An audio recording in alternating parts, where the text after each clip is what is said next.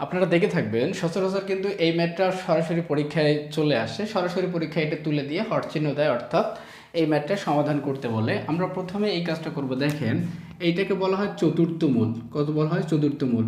তারপর এটাকে বলা হয় পঞ্চমূল, আর যদি শুধু রুট ওভার থাকে সেটা বলা হয় বর্গমূল। তাহলে আমরা এইটা যদি সমাধান করি, দেখেন এটা সমাধান করলে পাই এর উপর 1/4।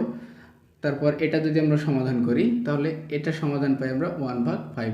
একইভাবে যদি আমরা এইটা সলভ করতে যাই তাহলে আমাদের প্রথম যে কাজটা করতে হবে, এই রুটটা আমরা তুলে দেবো। উপরের যে রুটটা আছে এটা আমরা তুলে দেবো। তুলে দেওয়ার সময় কি করতে হবে? তাহলে এই পাশে 1/3 গুণ হবে এই যে a⁻3 সাথে, অর্থাৎ √3 এখানে লিখলাম, এই যে মাঝেরটা এটা লিখলাম, উপরেরটা যদি আমরা তুলে দিই তাহলে এখানে হয় এই কিউব কিন্তু আছে আগে থেকে, তার উপরে কি হবে? 1/3, তাই না?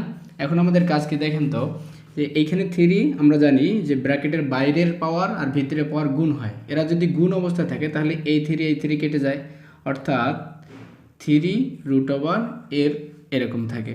অর্থাৎ এখন যদি আমরা এই রুটে তুলে দিই তাহলে কি হবে? এর উপরে 1/3 হবে। তাহলে রাইট অ্যান্সার হলো সি নাম্বার। এটা যদি আপনারা বুঝে থাকেন তাহলে এইটার অ্যান্সার আমাদের কমেন্ট বক্সে দিবেন। এখানে দিলাম এ, এখানে দিলাম a²। এটার অ্যান্সার আপনারা কমেন্ট বক্সে দিবেন, তাহলে আমি বুঝতে পারবো যে আপনারা বুঝছেন। ধন্যবাদ।